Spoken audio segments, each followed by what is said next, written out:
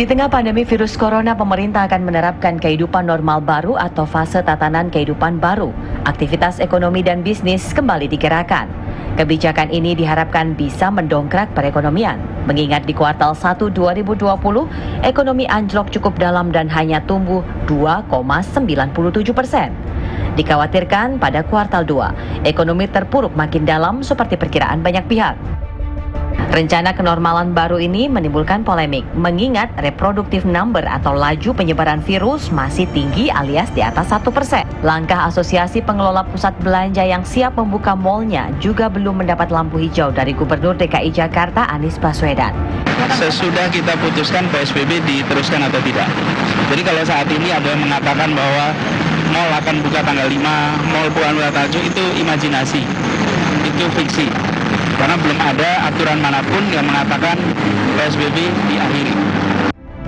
Pembukaan pusat belanja dalam menyongsong kehidupan normal baru justru mendapat dukungan dari pemerintah. Dalam keterangan persnya, Menteri Perdagangan mengatakan pembukaan aktivitas perdagangan khususnya di tempat-tempat usaha akan dilaksanakan pada Juni 2020 untuk menggerakkan roda perekonomian. Namun tetap menerapkan protokol kesehatan yang ketat dan evaluasi secara menyeluruh. Menko Perekonomian Erlangga Hartarto menilai tatanan kehidupan baru ini diharapkan dapat menggerakkan perekonomian. Kemudian mendorong pemulihan ekonomi dengan pembukaan kegiatan atau penyesuaian kegiatan ekonomi setelah kurva melandai dan melakukan kegiatan berbasis dorongan fiskal dan moneter sehingga diharapkan bisa keluar dari resesi ekonomi. Ketua Umum DPD HIPI DKI Jakarta, Sarman Simanjorang menyatakan, sektor retail sudah siap untuk menyongsong normal baru. Selama pemberlakuan PSBB, sektor ini telah mengalami kerugian. Bila pusat belanja tak dibuka bulan ini, dipastikan pemerintah akan menanggung beban sosial lebih besar karena bertambahnya jumlah karyawan yang di PHK maupun dirumahkan. Saya rasa memang kalau kita bicara sektor kerugian dunia usaha, ya hampir 2,5 bulan COVID-19 ini ya cukup besar, termasuk adalah sektor retail. Nah, kalau kita bicara sektor retail atau pusat perdagangan ya di Jakarta dan sekitarnya itu ada sekitar 80 pusat perdagangan dan mall. Nah, kalau kita rata-ratakan di sana ada 10.000 kios, ya 10.000 kios dan transaksinya sekitar 5 juta aja katakanlah sehari, itu kalau kita kalikan hampir 2 bulan, itu sudah mencapai sekitar 240 triliun. Itu paling sedikit loh ya. Kalau misalnya mall ya belum bisa buka malam ini, tentu pengusaha juga sangat-sangat semakin terpuruk. Kemudian yang kedua juga adalah pekerja-pekerja kita yang sempat dirumahkan maupun PHK, ya mau tidak mau juga mereka akan semakin lama ya penganggurannya. Hal senada disampaikan Ketua Asosiasi Pengusaha Retail Indonesia APRindo, Roy Mande. Ia mengharap pemerintah segera memperbolehkan mal dibuka dengan protokol kesehatan yang ketat. PSBB yang diterapkan di 34 provinsi membuat sektor retail modern terpukul. Terutama sektor retail modern seperti pusat belanja yang penjualannya terpangkas 90%. Bila mana ada pelonggaran, tentunya kami retail modern dan mall telah siap untuk menjalankan protap pandemik COVID-19 sesuai yang sudah ditetapkan pemerintah. Harapan kami tentunya pelonggaran ini dapat meningkatkan produktivitas para supplier, para UMKM yang juga saat ini terdampak karena mereka tidak dapat melakukan penjualan maksimal ketika toko retail modernnya tidak dapat maksimal.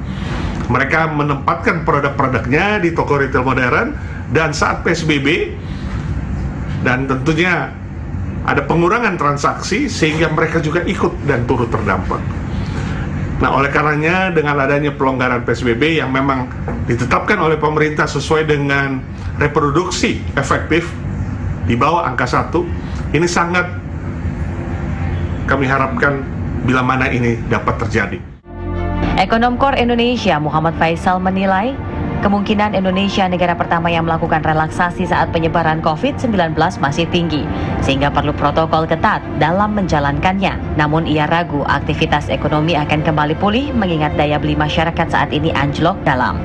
Ada sisi positif dan juga negatif dari rencana pembukaan sejumlah mal pada tanggal 5 Juni mendatang.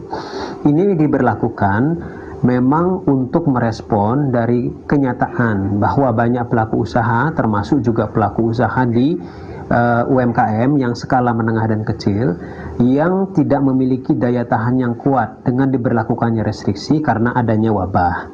Nah, tapi kalau kemudian dilakukan relaksasi, ini juga ada risikonya, bahkan risikonya sangat besar. Ya, karena dengan diberlakukannya restriksi pun selama ini penyebaran wabah itu masih terus meningkat. Akan banyak membantu ya relaksasi ini bagi industri dan juga bisnis perdagangan, termasuk diantaranya mal, tapi belum bisa ke kondisi semula, dan juga bahkan bisa jadi pertumbuhannya tidak tinggi, ya, rendah, karena sebagian juga sudah tergerus daya belinya. Lalu bagaimana pendapat ahli epidemiologi Indonesia menanggapi kebijakan normal baru di tengah pandemi COVID-19?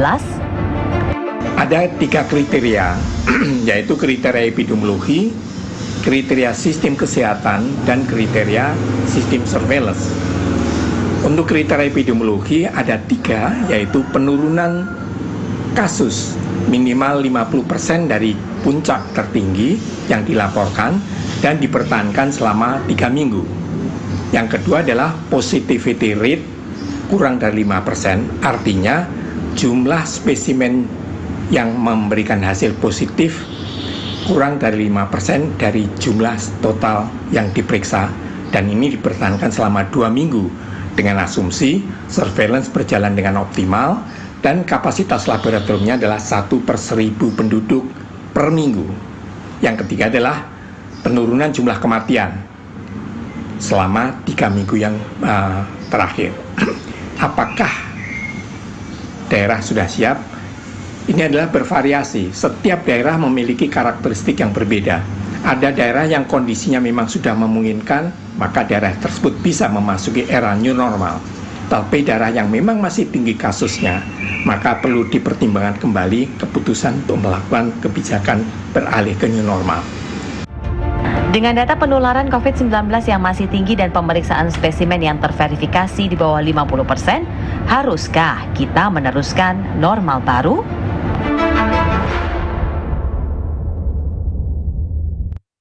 Menurut aku sih, aku setuju aja dengan kebijakan dari pemerintah, sebagai bentuk kalau daripada nanti di rumah terus, orang juga butuh uang untuk makan, terus butuh biaya untuk hidup kan. Ya, saya juga ngerasa kasihan juga sih kalau yang di rumah terus di rumah kan nggak kerja kan, kasihan. Nggak setuju ya, karena itu kan sama aja dengan membuka sumber penularan baru di mal itu. Ya, banyak orang berkumpul, kemudian juga kesadaran masyarakat kita juga kan masih kurang ya, terutama kalau menganggap bahwa diri kita udah tertular sendiri gitu. Kalau menurut saya ini masyarakat kita kan banyak. Kemudian orang yang membutuhkan pekerjaan, orang yang membutuhkan masalah ekonomi, semua kan ada saling keterikatan, ketergantungan. Kalau itu nggak jalan, gimana yang orang yang mau kerja, mau dapat duit dari mana? Riskan. We talking about, kita ngomong masalah nyawa ya. Ketika semua orang seharusnya mikirin nyawa, potensi buat penularan, buat apa kemarin kita capek-capek PSBB kalau ternyata akhirnya endingnya dilepas lagi.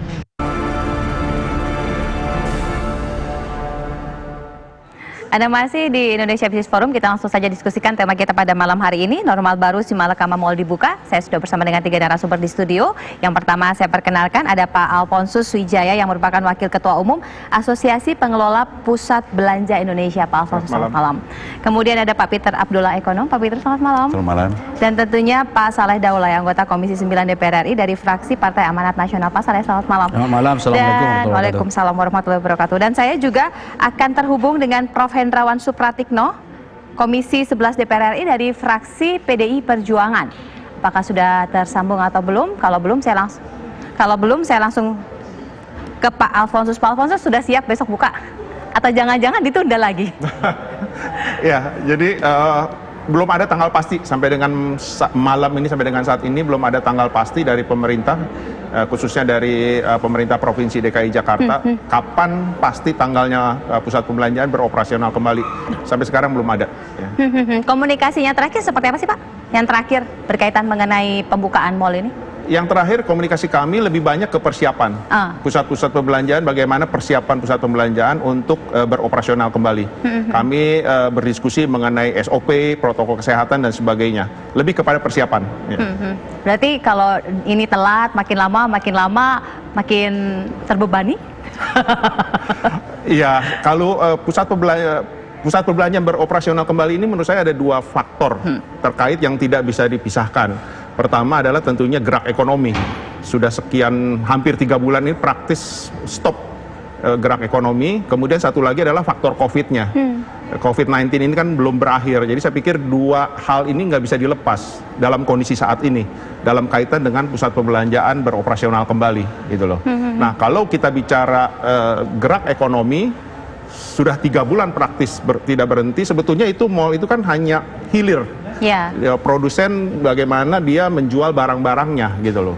Nah, di dalam mall sendiri ini kan banyak sekali, bukan hanya pusat perbelanjaannya. Pusat perbelanjaan itu hanya sekedar gedung aja sebetulnya gitu loh.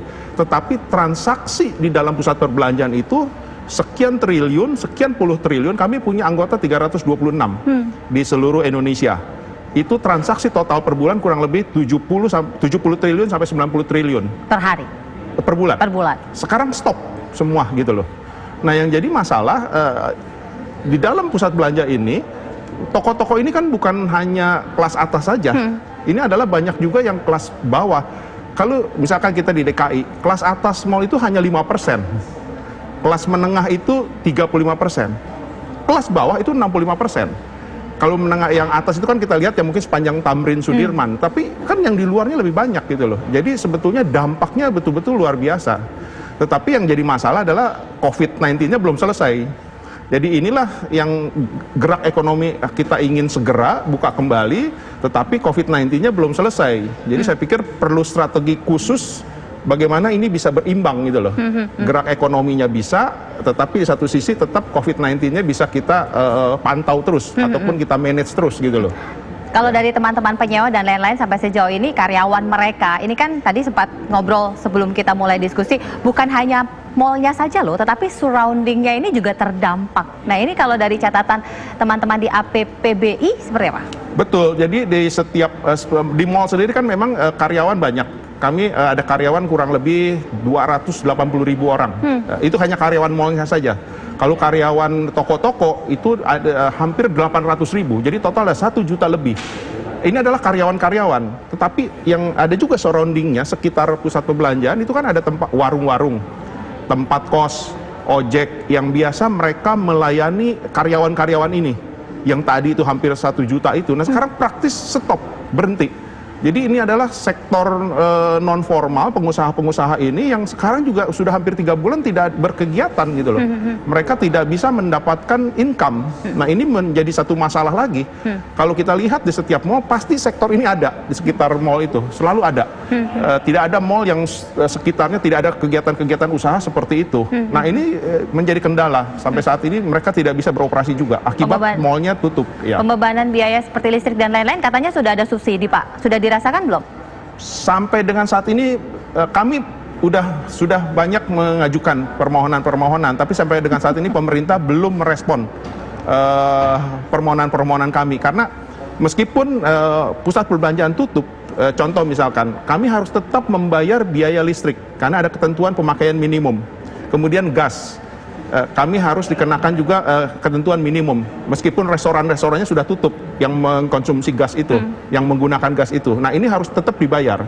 Kemudian PBB kami harus tetap membayar PBB juga. Pajak-pajak, pajak reklame, pajak parkir dan sebagainya gitu loh. Nah ini pajak parkir sekarang itu kan memang ada pusat perbelanjaan yang masih buka, karena dengan supermarket dan sebagainya. Tetapi parkirnya hanya sedikit.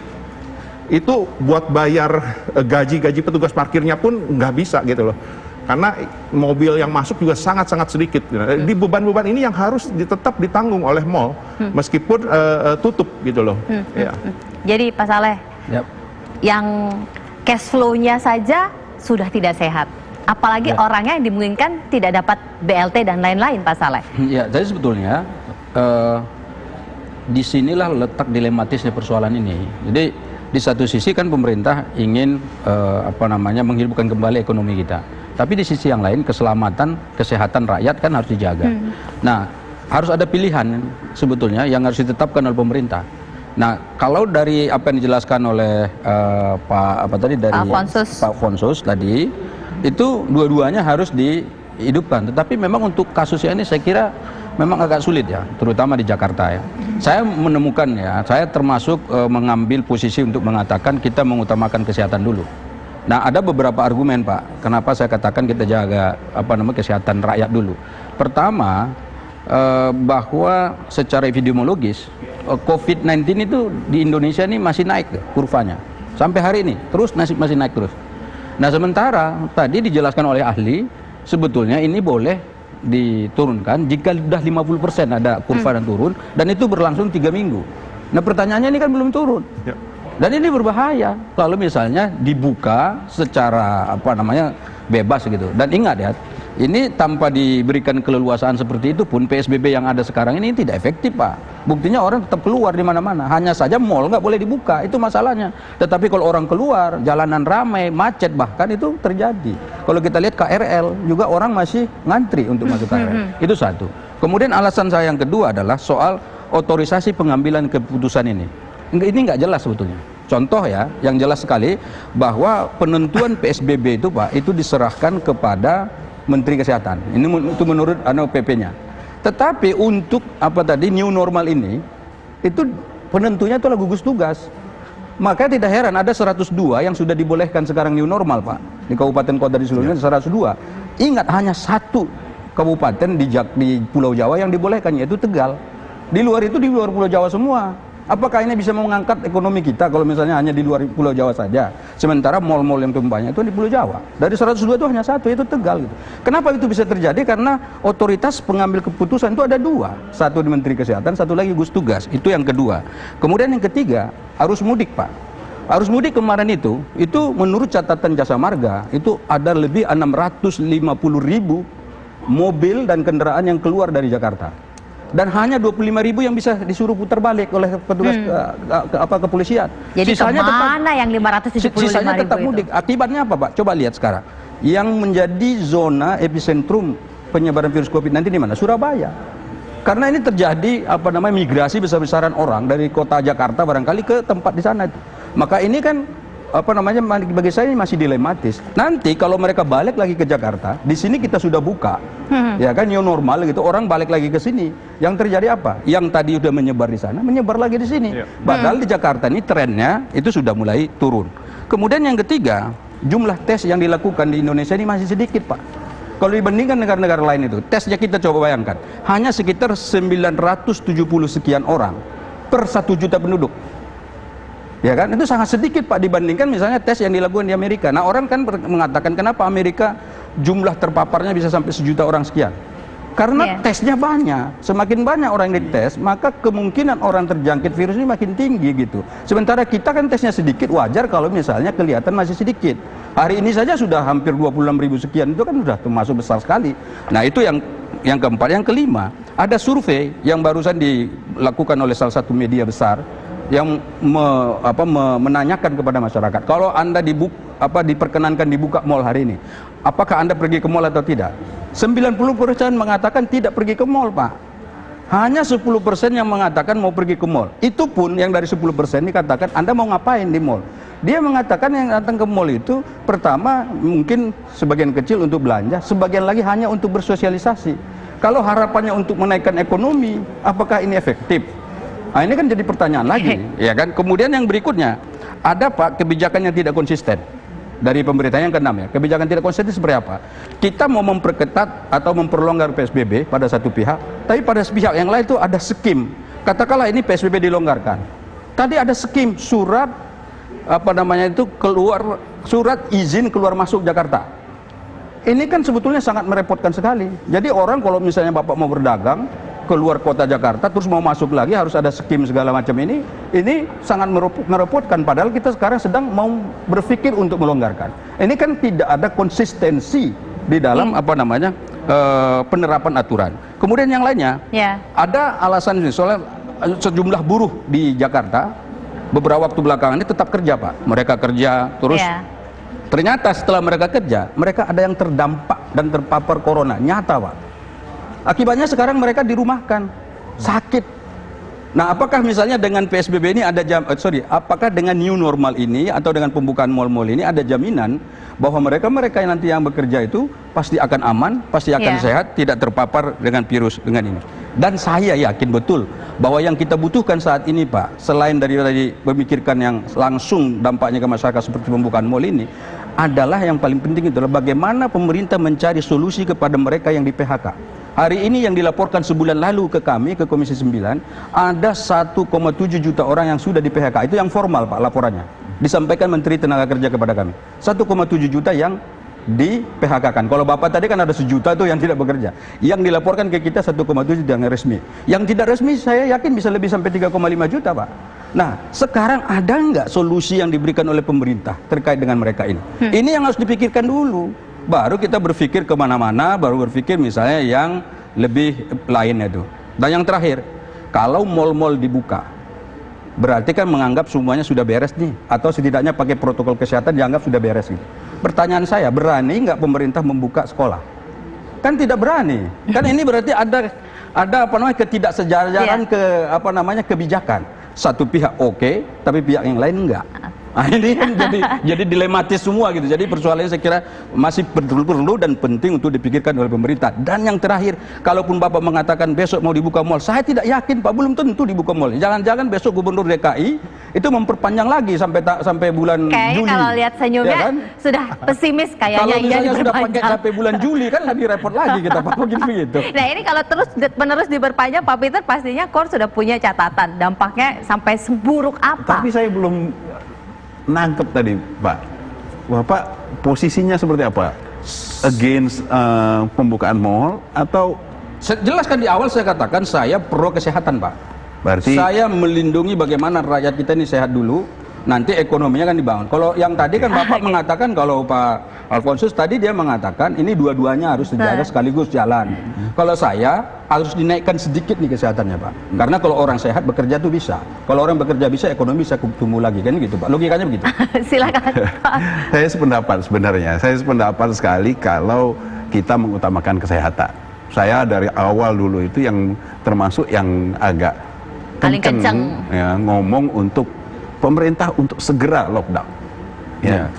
Tapi persoalannya adalah setelah berjalan seperti ini yang saya lihat, ya, kita melakukan PSBB. PSBB itu dilakukan dengan setengah hati. Ya. Nah, kalau PSBB-nya dilakukan dengan setengah hati, persoalan kesehatannya tidak diselesaikan, persoalan ekonominya dibiarkan mati. Yang makin pusing pengusaha. Jadi kita tidak ada yang selamat ini. Ya, kesehatan terganggu, yang mati karena kesehatannya terganggu mati, ya, yang mati karena ekonominya mati, ya ikut mati juga. Jadi nggak ada yang selamat kita. Ya, itu jadi ini yang menjadi kegundahan kita, ya. Jadi kalau seandainya pemerintah, ya, konsisten menegakkan PSBB, menetapkan PSBB dan kemudian dilaksanakan secara ketat, ya, benar-benar mengutamakan kesehatan, saya akan sangat mendukung, ya. Dengan catatan bahwasanya kalau memang itu yang dilakukan, karena ini kita tahu bahwasanya kita menghadapi suatu kondisi yang sangat tidak pasti, kita juga tidak tahu ini sampai kapan. Kalau kita akan melakukan PSBB, kalau seandainya angkanya naik terus, Pak, apakah kita akan terus PSBB?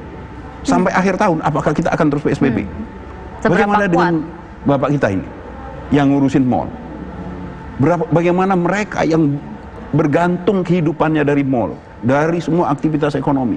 Kalau seandainya pemerintah konsisten melaksanakan PSBB dengan ketat dan semua kegiatan ekonomi yang terdampak, semua masyarakat yang terdampak dibantu, saya sependapat sekali. Tapi kan kita nggak kuat, Pak. Tapi yang kenyataannya yang sekarang ini PSBB-nya dilakukan dengan tidak ketat dan juga tanda kutip tidak adil, boleh dikatakan. Yang kedua, tidak ada bantuan. Oke. Jadi ini yang membuat ya saya kalau memang seperti ini melaksanakan PSBB-nya, ya udah, ya sebenarnya yang paling penting itu kan kedisiplinannya. Kalaupun kita buka mallnya, tapi dengan menerapkan protokol kesehatan secara disiplin, mungkin itu lebih baik daripada kita melakukan PSBB tapi tidak dengan protokol kesehatan yang ketat. Ini memang harus, saya sependapat dengan Bapak, ini memang dilematis. Karena apapun yang dilaksanakan oleh pemerintah, itu ada konsekuensi-konsekuensinya. Dan setiap pilihan itu memang kita harus siap dengan konsekuensi. Setiap pilihan itu memang ada konsekuensinya. Seperti konsekuensi ketika mengundang pemerintah untuk hadir di sini, ternyata baik Kemenko Perekonomian maupun Kementerian Perdagangan sepertinya sedang sibuk untuk memikirkan apakah PSBB ini seperti apa kelanjutannya, sehingga tidak bisa hadir di sini untuk berdiskusi bersama kita mencari solusi seperti apa yang terbaik ke depannya. Jangan kemana-mana pemirsa, sesaat lagi Indonesia Business Forum akan hadir. Tentunya kita sudah terhubung dengan Prof. Hendrawan Supratikno yang merupakan anggota Komisi 11 DPR RI dari fraksi Partai Demokrasi Indonesia Perjuangan. Sesaat lagi, jangan kemana-mana. Anda masih di Indonesia Business Forum dan saya sudah terhubung dengan Prof. Hendrawan Supratikno yang merupakan anggota Komisi 11 DPR RI dari fraksi PDI Perjuangan. Prof. Hendrawan, selamat malam. Selamat malam. Prof, tentunya tadi... Ya, Bapak-Bapak tadi sudah disapa oleh Prof. Hendrawan. Prof, ini tadi tentunya sudah mendengar apa yang disampaikan oleh narasumber-narasumber yang lainnya. Kalau dari Komisi 11 sendiri seperti apa pandangannya, Prof? Jadi bagi kita dan teman-teman semua, yang konsisten dari pemerintah itu adalah pemerintah selalu mencari jalan tengah. Mencari jalan kompromi, tidak memutuskan hal-hal yang sifatnya ekstrim. Apakah itu ekstrim kesehatan, apa ekstrim ekonomi. Itu sebabnya peraturan pemerintah nomor 21 tahun 2020 tentang PPSB itu kan jalan tengah. Karena ada yang mengusulkan lockdown, ada yang mengusulkan darurat sipil, tapi ada yang mengusulkan cukup digunakan protokol kesehatan. Jadi demikian juga sekarang. Mengapa negara-negara maju, negara-negara yang kaya, itu memutuskan untuk membuka perlahan-lahan, istilahnya reopening, membuka kembali, normalitas baru. Karena mereka khawatir kalau durasi pandemi ini tidak jelas kapan akan berakhir, nanti kita akan masuk resesi. Kalau resesi berlangsung terus, yang terjadi depresi. Kalau depresi terjadi seperti tahun 1930, dibutuhkan waktu 5-6 tahun untuk bangkit. Itu artinya seluruh sendi-sendi perekonomian porak-poranda. Itu sebabnya PPSB pasal yang kedua mengatakan kepala-kepala daerah mempunyai diskresi untuk menyampaikan pertimbangan kepada pemerintah pusat apakah berdasarkan data yang dimiliki, berdasarkan bukti yang ada di tangan, itu mereka boleh melakukan istilahnya reopening, relaksasi. Nah kalau itu terjadi, itu berarti silahkan masing-masing daerah memutuskan sendiri-sendiri apa yang terbaik. Karena apa? Satu ukuran sepatu tidak bisa digunakan untuk semua kaki. One size fits all, itu tidak terjadi. Itu sebabnya disinilah hands-on management, jadi manajemen kepala daerah untuk mengamankan wilayahnya agar secara ekonomi kita produktif, tetapi kita aman dari ketertularan COVID-19 ini harus dijamin. Ya. Itu yang dilakukan oleh pemerintah. Ya, tapi Prof, ketika kemudian di tengah-tengah, ini tadi sempat disampaikan, jangan-jangan semuanya justru malah tidak terselamatkan, baik yang kemudian dari sisi kesehatannya maupun dari sisi ekonominya, dua-duanya malah bisa mati, Prof. Ya, itu kalau kebijakannya amburadul. Itu sebabnya sekali lagi, ini soal mall, karena ini malam ini topiknya mall. Ya. Ketika keadaan normal pun, saya melihat 60% mall itu masih rugi. Sepi, ya, itu keadaan normal. Apalagi keadaan seperti sekarang ini yang hampir semuanya tidak mati di sini. Jadi mal-mal itu ya seperti sekali lagi dihempas, ya, dengan kondisi yang sangat buruk. Itu sebabnya para pengelola mal nanti kalau pada saatnya diizinkan harus tidak boleh main-main atau tidak boleh katakanlah lengah dan abai. Mereka juga harus menegakkan, karena untuk kepentingan kita bersama. Itu yang dilakukan atau yang diharapkan oleh pemerintah. Tapi sudah siap kan Pak Alfonsus ya? Untuk bisa benar-benar menjalankan ini sebenarnya. Pusat perbelanjaan sampai dengan saat ini sudah siap sekali sebetulnya, karena sudah sejak lama kami mempersiapkan protokol kesehatan. Jadi asosiasi telah membuat panduan protokol kesehatan untuk semua pusat perbelanjaan. Nah, panduan ini akan digunakan oleh pusat-pusat perbelanjaan untuk membuat SOP di masing-masing pusat perbelanjaan. Karena kan masing-masing pusat perbelanjaan situasi dan kondisinya berbeda-beda. Nah, panduan yang dibuat oleh asosiasi ini mengacu kepada aturan-aturan pemerintah yang berlaku di Indonesia. Nah, pusat anggota ini mereka tidak boleh mengurangi panduan ini, menambahkan boleh, ya, karena harus menyesuaikan dengan situasi mal dan kondisi ketentuan peraturan pemerintah setempat masing-masing. Nah, ini kami sudah siap semua. Jadi istilahnya setiap saat kami beroperasi kami sudah siap. Ya. Pak Peter, tapi dengan ketidakseimbangan, ketidakadilan tadi yang sempat Pak Peter sampaikan, gimana Pak Peter? Ya, ini yang saya maksudkan tadi. Kalau seandainya PSBB itu dilaksanakan secara konsekuen, ya benar-benar ketat, saya sependapat. Oke, ya, kita benar-benar laksanakan PSBB dan kemudian mal tidak buka. Tapi seharusnya pasar-pasar yang lain juga nggak buka, ya.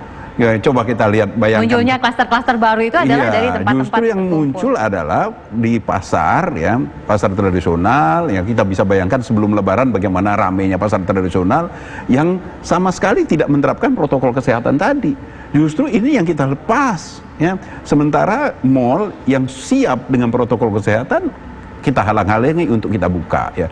Jadi kalau saya tetap berpegangan, kalau seandainya kita ingin melaksanakan PSBB secara ketat, mari kita dukung. Tapi benar-benar laksanakan secara ketat, dan dunia usaha, ya, mal dan para pedagang yang terdampak oleh karena mereka tidak bisa buka usaha, mereka harus dibantu. Ya, mereka kan tetap harus bayar listrik, tetap harus bayar semua biaya operasional. Bagaimana kita bayangkan apa yang disampaikan oleh Pak Profesor Imron tadi. Kalau seandainya ini berlangsung begitu lama, ya, yang mati duluan dunia usaha. Dan kalau dunia usaha itu mati duluan, itu akan merambat ke banyak sendi-sendi perekonomian kita, sendi sosial kita, dan proses recovery kita itu akan menjadi lama. Komisi 11 ada catatan itu ya Prof ya berarti? Jadi teman-teman Brigita, sampai hari ini Menteri Keuangan itu sering membuat rancangan anggaran yang berubah-ubah terus. Ingat ketika APBN tahun 2020 itu kita disahkan oleh DPR bulan Oktober 2019. Kemudian muncul Perpu 1 31 Maret. Kemudian muncul Perpres 54 tentang postur dan alokasi anggaran. Kemudian berubah lagi. Ya, jadi ini tadi pagi ada rapat kabinet untuk membicarakan APBN yang dalam tanda petik APBN perubahan yang kedua. Itu menunjukkan bahwa dinamika ekonomi ini demikian luar biasa. Keadaan atau kondisi cepat sekali berubah. Semula pada kuartal pertama kita berharap ekonomi masih tumbuh kurang lebih 4% Januari Maret. Tapi kenyataannya 2,97%. Lebih buruk dari yang kita antisipasi. Kuartal ini akan lebih buruk lagi. Itu sebabnya kalau kondisi seperti ini terjadi terus, daya tahan ekonomi kita ambruk, nggak kuat. Karena kita semua tahu keseimbangan primer kita sekarang aja sudah defisit 800 triliun. Jadi gajinya Pak Saleh Daule dengan saya ini jangan-jangan karena utang. Jadi ini berat sekali. Jangan berpikir bahwa kita ini negara yang luar biasa. Kita ini ekonominya, daya tahannya terbatas. APBN setiap tahun itu ada aspek utang. Nah, kalau utang ini tidak kita kelola dengan efektif, efisien, APBN kita jebol. Itu sebabnya, marilah kita realistis. Nah, pendekatan yang realistis untuk saat ini adalah pendekatan yang mencari kompromi, mencari jalan yang terbaik di antara dua ekstrim tadi. Baik, ya. Jadi harus realistis, dan kita jeda dulu. Saya jeda seperti apa realistis yang benar-benar implementatif. Jadi jangan kemana-mana, tetaplah bersama kami. Jadi kemudian harusnya seperti apa yang solutif dan implementatif. Kita ke Pak Saleh dulu, singkat-singkat kita bagi-bagi 1 menit masing-masing. Ya, pertama menurut saya andai kata pemerintah besok misalnya udah memang berniat untuk membuka mal, katakan seperti itu, memang pertama sekali itu harus dipastikan bahwa protokol kesehatan itu memang diberlakukan. Karena saya juga bukan pada bagian yang mengatakan bahwa ini harus tidak boleh, ini harus boleh. Saya tetap mengatakan bahwa kesehatan masyarakat itu harus dijamin. Nah, salah satu cara untuk menjamin itu adalah tingkat tadi protokol kesehatan itu harus betul-betul dipantau oleh pemerintah. Jangan seperti sekarang, nanti lemparkan ke Kementerian A, lemparkan ke Kementerian B, kemudian kelihatan tidak ada sinkronisasi. Karena itu ini harus dipadukan dulu kebijakannya. Dengan demikian kepentingan rakyat banyak ini itu bisa kita proteksi dengan baik. Kalau tidak, ini saya khawatir tadi seperti yang kita kemukakan di depan, ini justru tidak positif bagi kita, bahkan juga bagi perekonomian kita. Gitu. Prof. Hendrawan. Yang pertama, sosialisasi protokol kesehatan itu harus masif. Terus yang kedua, masyarakat harus disiplin. Kemudian yang ketiga, kontrol atau pengawasan harus ketat. Terus yang keempat, penggunaan anggaran yang dialokasikan untuk mengatasi COVID-19 harus efisien dan efektif. Itu. Ya, Pak Alfonsus, ini yang punya ngurusin mall nih. Saya kira tidak perlu khawatir karena ada 3 jaring pengaman kalau menurut saya. Pertama adalah dari peraturan pemerintah. Pemerintah pada saat mau memberlakukan pembukaan kembali, dia ada kriteria. Kalau kriteria ini tidak dipenuhi berarti kan tidak bisa buka. Nah, itu satu, itu sudah jaring pengaman. Kemudian dari pusat perbelanjaannya sendiri. Pusat perbelanjaan sendiri punya protokol kesehatan sendiri, SOP. Mereka punya, ini jaring kedua, dijaring lagi, diperketat lagi. Kemudian toko-tokonya sendiri juga punya SOP lagi. Toko-toko ini kan masing-masing jenisnya beda. Ada toko baju, ada restoran dan sebagainya. Mereka punya SOP sendiri-sendiri, protokol kesehatan sendiri. Jadi buat pengunjung sudah ada 3 jaring pengaman. Jadi sebetulnya pengunjung tidak perlu terlalu khawatir gitu loh. Yang penting memang saya setuju, disiplin. Indonesia ini kadang-kadang awal-awalnya disiplin, tetapi terus kemudian longgar. Nah, kami punya petugas khusus nanti di dalam pusat perbelanjaan yang akan kontrol setiap saat untuk keliling mengingatkan, baik itu karyawan toko, karyawan mal maupun pengunjung, supaya tetap memperlakukan protokol kesehatan dengan ketat dan disiplin, sehingga masyarakat bisa belanja dengan aman dan sehat. Itu adalah tujuan kami. Ya. Jadi saya pikir tidak perlu terlalu dikhawatirkan dengan 3 jaring pengaman ini. Pak Peter, dengan begitu apakah kemudian akan sedikit bergeliat lah, paling tidak terpuruknya ini minusnya nggak banyak-banyak lah Pak Peter? Ya, yang diharapkan oleh masyarakat sebenarnya adalah mereka diberi kesempatan untuk ya kembali berusaha, kembali bisa mencari nafkah, ya, tentunya dengan tetap memperhatikan kesehatan. Ya. Pembukaan mal kalau menurut saya justru relatif lebih aman, ya, karena pembukaan mal itu lebih mudah untuk dimonitor. Ya, pelaksanaan apa yang dilaksanakan di mall itu kan ada pengelolanya, ya, dan pengelolaan itu bisa dimonitor dan sangat mudah untuk diberikan punishment atau teguran. Ya. Sementara yang sekarang ini kalau kita lihat kan dengan PSBB yang sekarang, yang PSBB yang tanda kutip yang sudah sangat longgar itu, kita bisa melihat sendiri bagaimana masyarakat dengan tidak kedisiplinan itu bisa berjalan seperti itu. Ya. Nah, kalau menurut saya realistisnya adalah bagaimana kita secara ofisial ya melonggarkan PSBB dan kemudian menyilahkan kepada masyarakat untuk kembali bekerja dengan menerapkan protokol kesehatan secara lebih disiplin. Jadi paling tidak ya yang sudah ada ini lebih baik kita menjaga, tapi bukan kemudian kita sepakat dengan herd immunity ya, tapi paling tidak ini adalah upaya-upaya supaya kesehatan tetap terjaga dan ekonomi tidak terpuruk dan tetapnya bisa berusaha begitu ya dari pengusaha ya, agar tidak makin banyak PHK.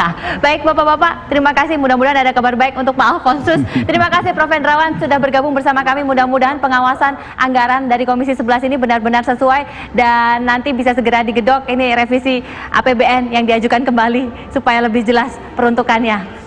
Terima kasih Pak Peter dan terima kasih Pak Saleh. Mudah-mudahan ada kabar baik agar geliat ini bisa terasa di dunia ekonomi. Saya Brigita Manohara mengucapkan terima kasih. Tetap jaga kesehatan, jaga jarak dan tentunya semangat. Sampai jumpa. Thank you.